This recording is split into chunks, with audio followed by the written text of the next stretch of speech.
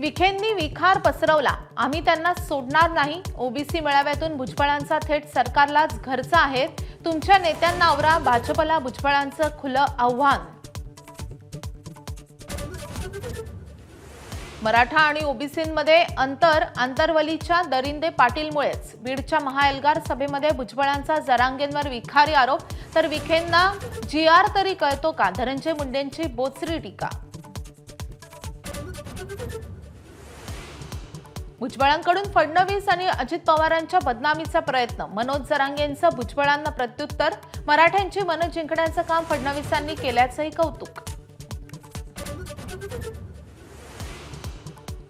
अधिकार की लड़ाई में निमंत्रण नहीं भेजे जाते, जिंदा हो तो जिंदा नजर आना जरूरी है। मेळाव्याला अनुपस्थित ओबीसी नेत्यांना भुजबळांचे टोले, पंकजा मुंडेंकडे रोख असल्याची चर्चा।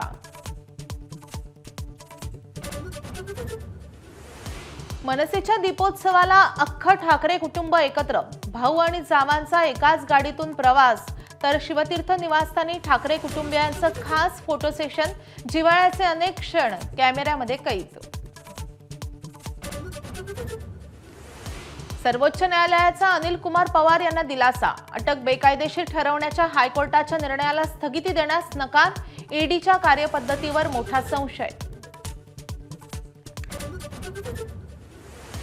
नांदेड जिल्ह्यातील चेनापूर तांडा गावामध्ये 70 ते 75 जणांना विषबाधा, विहिरीतील पाणी पिल्यानं विषबाधा झाल्याची प्राथमिक माहिती। प्रकृती स्थिर, मात्र उपचार सुरू।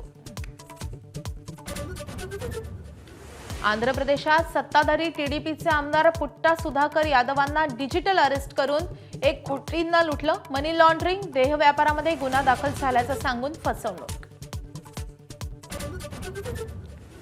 दिवाळीमध्ये रात्री 10 तर लक्ष्मीपूजनाला रात्री 12 वाजेपर्यंतच फटाके फोडण्याची परवानगी। डेसिबलची मर्यादाही पाळा, मुंबई पोलिसांची कडक नियमावली। दीपावलीच्या पर्वात आज धनतेरस, संध्याकाळी होईल देवदेवतांचे वैद्य ऋषी धन्वंतरींचं पूजन। पण सोनं गगनाला भिडल्यामुळे मध्यमवर्गीयांच्या उत्साहाला ब्रेक।